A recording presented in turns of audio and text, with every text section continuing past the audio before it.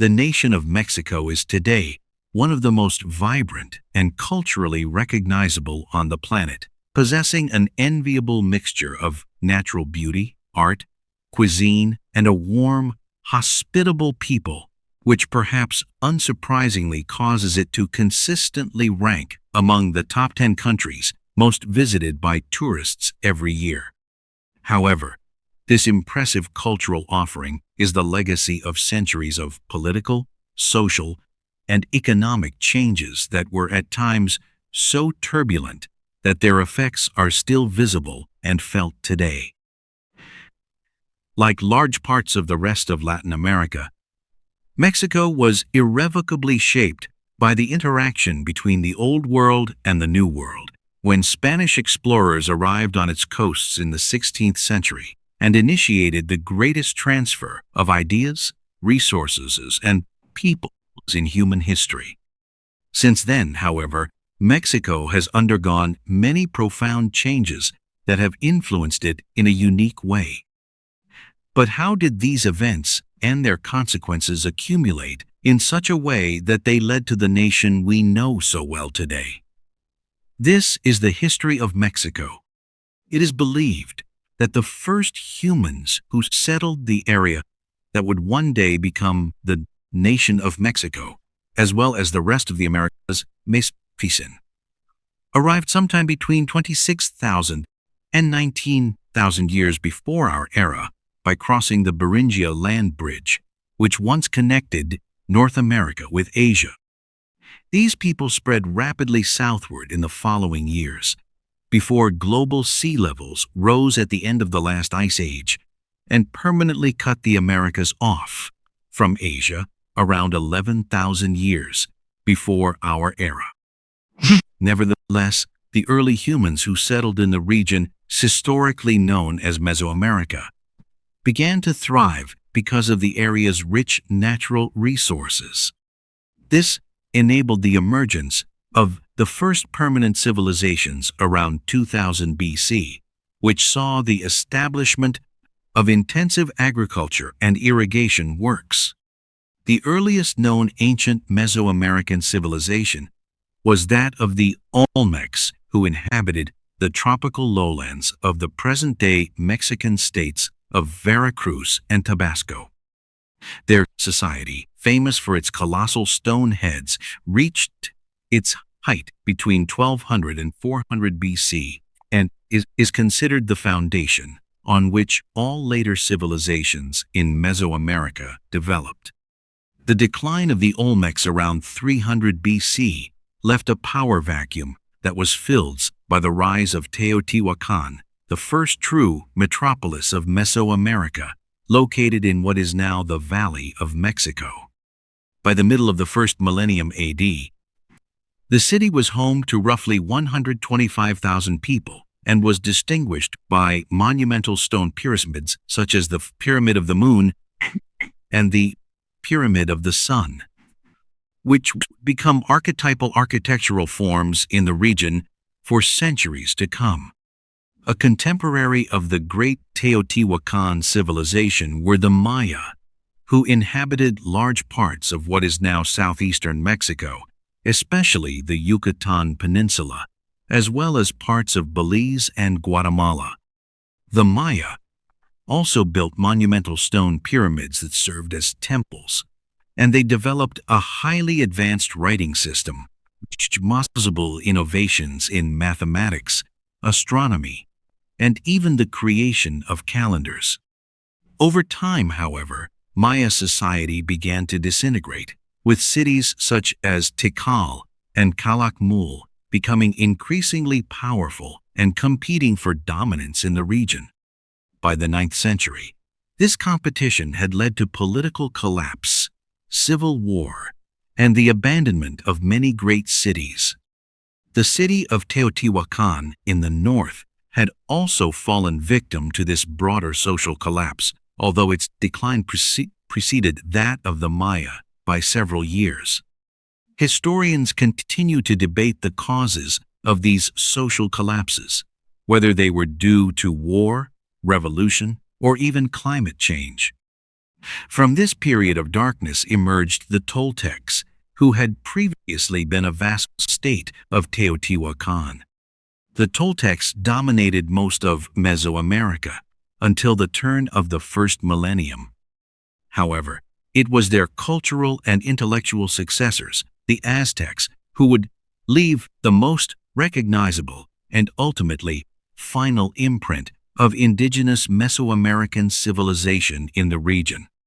The Aztecs were an alliance of three city-states centered around the Valley of Mexico: Tlacopan, Texcoco, and their own city of Tenochtitlan, which was founded in 1325 and built on Lake Texcoco, accessible only by enormous artificial causeways that connected it to the shore. The city, home to roughly 100,000 to 200,000 inhabitants, was an elaborate structure of stone buildings grouped around a large pyramid, which formed the religious epicenter of the settlement and was the site of countless human sacrifices. Tenochtitlan served as the capital of the steadily expanding Aztec Empire, which controlled large parts of central Mexico and an estimated population of 4 to 7 million people. Although the empire expanded through military conquest, it was primarily economic in nature, extracting enormous wealth from the conquered peoples, which made it extraordinarily rich and the envy of many. Nothing, however, could have prepared the Aztecs or the other peoples of Mesoamerica for what would happen in the year 1519, because two completely different worlds, old and new, were about to collide. The discovery of the Americas by Christopher Columbus at the end of the 15th century opened the doors to European exploration and exploitation of the continent. The Spaniards were the first to take advantage of the opportunities offered by the New World, and in the first decades of the 16th century, they had claimed and colonized large parts of the Caribbean and advanced into parts of the South American mainland. News reached the Spaniards that advanced civilizations existed to the west in Mesoamerica. And so, in February 1519, the conquistador Hernán Cortés launched a military expedition into the region with the aim of bringing this part of the Americas under Spanish rule. Cortés and his 500 men landed on the Caribbean coast and, on April 22, 1519, founded Villa de la Vera Cruz, the first Spanish town established in Mexico. One problem the Spaniards did not have to face upon their arrival in the New World, however, was the inability to access their favorite websites or streaming services when they were in another country.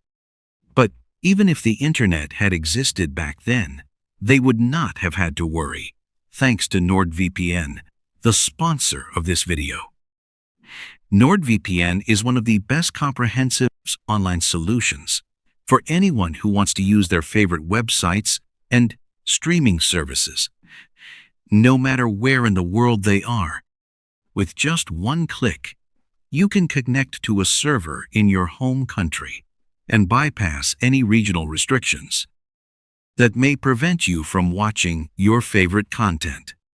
Take advantage of NordVPN's unmatched connectivity by signing up through the link nordvpn.com/teaseshistory and joining the fastest VPN service in the world, which allows you to watch all your favorite content as if you were right at home.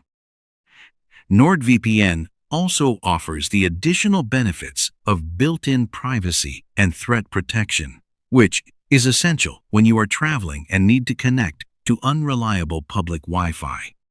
With NordVPN, your online activity is encrypted and masked, ensuring that your personal information and data are never exposed to malicious cybersecurity threats. You can sign up through the link nordvpn/teaseshistory to receive 4 additional months on a 2-year plan.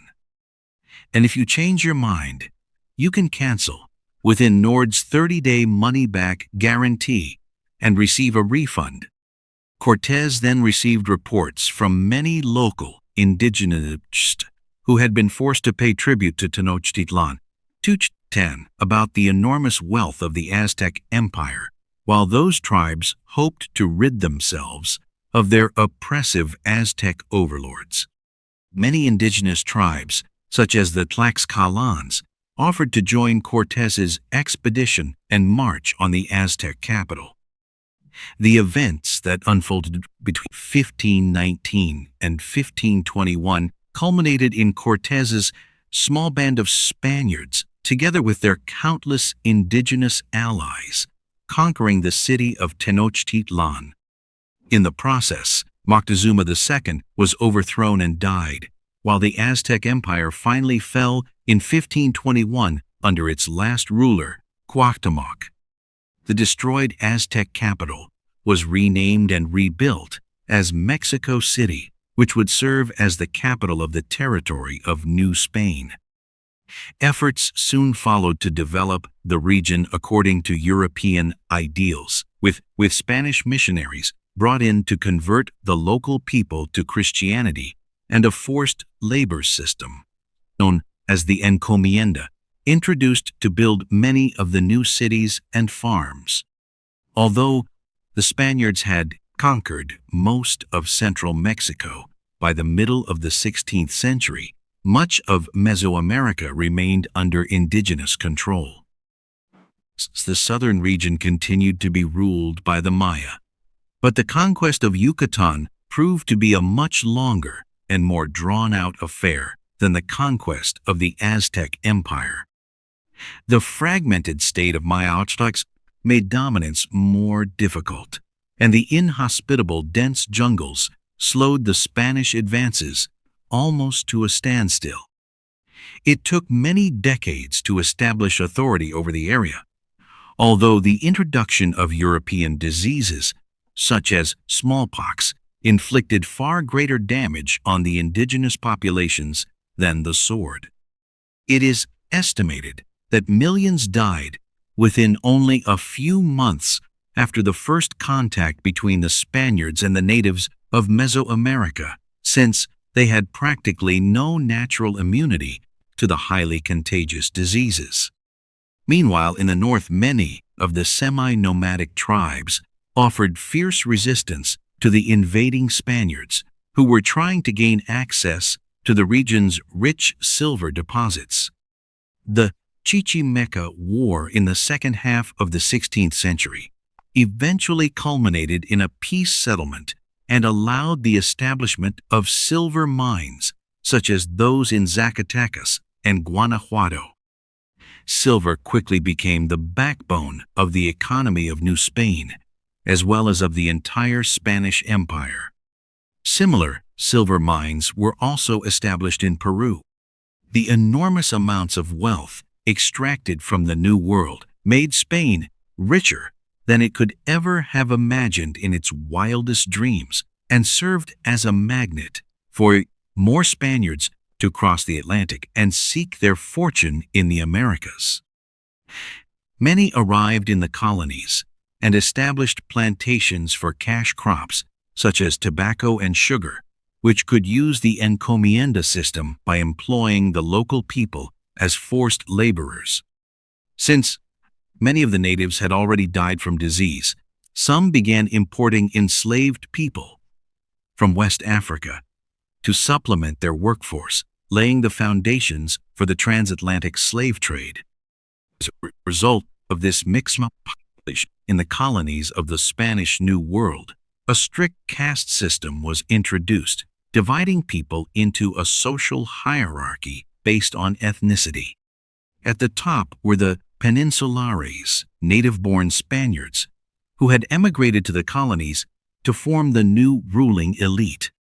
Beneath them were the Criollos, Spaniards born in the New World. They were followed by people of mixed race, known as mestizos, and finally, at the very bottom, the indigenous Americans, known as Indios. Despite this separation, Spanish and indigenous practices merged to create many of Mexico's cultural icons that still exist today, including tequila, mariachi, and charro culture.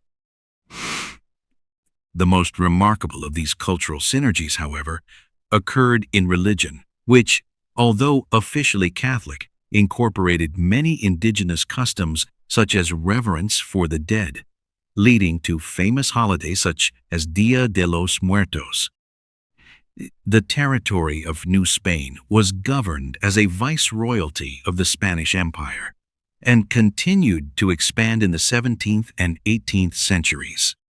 The northern borders of the territory extended into what is now the southwestern United States, with settlements such as Albuquerque, Los Angeles, San Francisco, and San Antonio founded during this period. The southern part, consisting of present-day Costa Rica, Nicaragua, Honduras, El Salvador, and Guatemala, was meanwhile governed as the incorporated Captaincies General of Guatemala. However, these regions remained sparsely populated and were inhabited mainly by local people, especially compared with the heartland of New Spain, which was centered around Mexico City. New Spanish society was dominated by the elite of the Peninsulares, who acted primarily in their own interests and in the interests of the mother country. This led to a significant degree of hostility between them and the lower classes of criollos and mestizos. Around the turn of the 19th century, many in New Spain began to consider a move toward independence, inspired by the revolutions in the United States and France in the preceding decades. However, it was events in Spain itself that would ultimately lead to the emergence of an independent Mexico. When Napoleon Bonaparte invaded Spain in 1808, he installed his own brother Joseph as the new king. This sent shockwaves throughout the entire Spanish Empire, including New Spain, as the various political factions and social classes desired different outcomes. Some advocated closer ties with Spain, while others wanted complete independence. By 1810, the latter sentiment had prevailed, and in that same year, the Mexican War of Independence broke out. Initially led by the priest Miguel Hidalgo, a massive but poorly organized armed uprising began, confronting the forces of the Spanish crown in a conflict that lasted more than 11 years. In the end, the former royalist commander Agustín de Iturbide formed an alliance with Vicente Guerrero, the insurgent leader who had succeeded Hidalgo under the Plan of Iguala in 1821. They formed a united military force that rapidly brought about the collapse of the royal government and the establishment of an independent nation. Mexico initially established itself as an empire and decided to continue under the monarchical system inherited from Spain. Iturbide served as the nation's first emperor and ruled over almost the entire former viceroyalty of New Spain, which stretched from California to Costa Rica. The existence of the empire, however, was short-lived, lasting only 2 CUC until 1823, because it was marked by problems of legitimacy, conflicts between Congress and the emperor, and a bankrupt treasury. The emperor eventually abdicated in favor of the creation of the Mexican Republic in that same year, which immediately led the nations of Central America to break away and follow their own paths as independent states.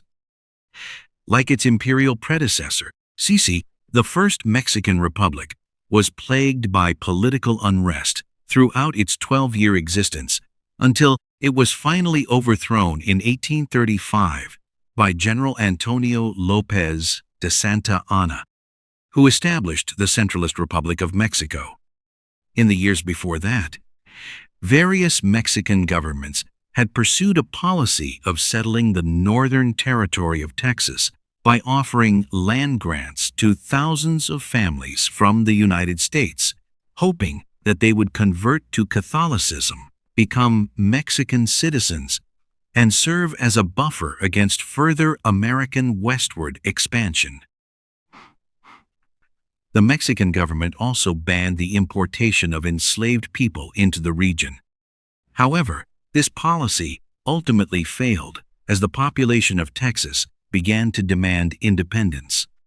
The Texas Revolution was fought from October 1835 to April 1836 and saw many famous battles, such as the Alamo and San Jacinto, which led to the creation of the Republic of Texas, later annexed by the United States in 1845. Tensions between the United States and Mexico continued into the 1840s before finally breaking into open war in 1846. The Mexican-American War lasted 2 years and was a complete disaster for Mexico. Not only did it suffer the humiliation of seeing its capital captured and occupied by United States troops, but it also lost its entire northern territory, stretching from the Rio Grande to the Pacific, which was ceded to the United States.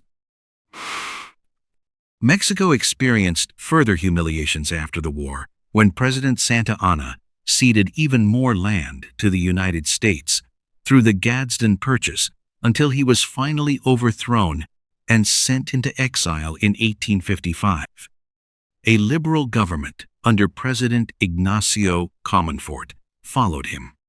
However, the drafting of the Constitution of 1857 alienated many conservatives in the country, leading to a period of polarizing civil conflict known as the Reform War.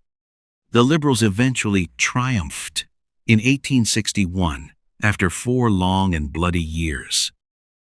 This came at a price, however, because the new government under President Benito Juarez had accumulated enormous war debts, mainly to France, and had begun to suspend its repayments. What was a French invasion of Mexico in 1862, which, with the support of Mexican conservatives, overthrew the liberal government and restored the monarchy under a distant relative of the Spanish royal family, Archduke Ferdinand Maximilian of Austria, who became emperor of the Second Mexican Empire. The French intervention in Mexico did not last long, and the French withdrew their troops in 1867 after support for their cause began to fade. Emperor Maximilian, however, decided to remain, even though he was soon captured by the liberals and summarily executed on June 19, 1867, after which the Republic was restored once again. The upheavals of regime change continued for Mexico only 8 years later, in 1876, when the government was overthrown again, this time in an internal coup led by General Porfirio Diaz. He effectively established a dictatorship that aimed to strengthen Mexico through his absolute rule by restricting any political opposition, which he saw as the root of the country's recurring problems. A modern nation-building program was adopted, which provided for the creation of new public schools, railways, and factories, attracted a large amount of foreign investment, and raised the country's standard of living. Under Diaz's rule, this period of Mexican history, known as the Porfiriato, was one of the most stable and longest, lasting until the beginning of the 20th century. Despite some successes, Diaz declared that he would step down as president in 1910. But when he broke this promise and ran for office again, revolutionary sentiment began to spread throughout the country. Diaz finally resigned in 1911 and was succeeded by Francisco Madero, a moderate supporter of the revolution, who was nevertheless overthrown and murdered in 1913 on the orders of General Victoriano Huerta, who then took power. The following years saw Mexico descend into an even more chaotic civil war, with Huerta's regime facing the Constitutionalist army, led by Venustiano Carranza, and other key figures such as Pancho Villa and Emiliano Zapata. Although Huerta was removed from power in 1914, political power struggles and shifting loyalties prevented any form of peace until 1920, by which time another president and several opposition leaders had already been murdered. The post-revolutionary years focused on stabilizing the nation, with Mexico's economy and political institutions modernized in 1924 by President Plutarco Elias Calles. He also founded the Institutional Revolutionary Party, the PRI, in 1929, which would dominate Mexican politics for the rest of the century. Calles's presidency, however, faced challenges, especially from the Catholic Church and the Cristero War from 1926 to 1929. This was a major uprising against the anti-Catholic policies and secularization measures of his government, which ended only after concessions were made to the Church, while the secular character of the state was preserved. Mexico's fortunes began to improve dramatically in the 1930s with the political consolidation of the PRI. By the end of the 1930s, the country had reached a turning point and seemed to have overcome the destructive political instability that had plagued it for much of the previous century. Although it played a minor role in the Second World War, Mexico's support for the United States war effort in the form of equipment and labor benefited the nation's economy as well as its international standing considerably. After the conflict ended, the post-war years witnessed the Mesoamerican miracle, with the economy flourishing through major industrialization projects, bringing prosperity to its citizens. In the 1970s, the boom years gave way to increasing economic instability, with several banks nationalized and the Mexican peso devalued. In addition, support for the PI began to decline in the face of worsening government responses to deteriorating socioeconomic conditions, which were exposed after the devastating Mexico City earthquake of 1985.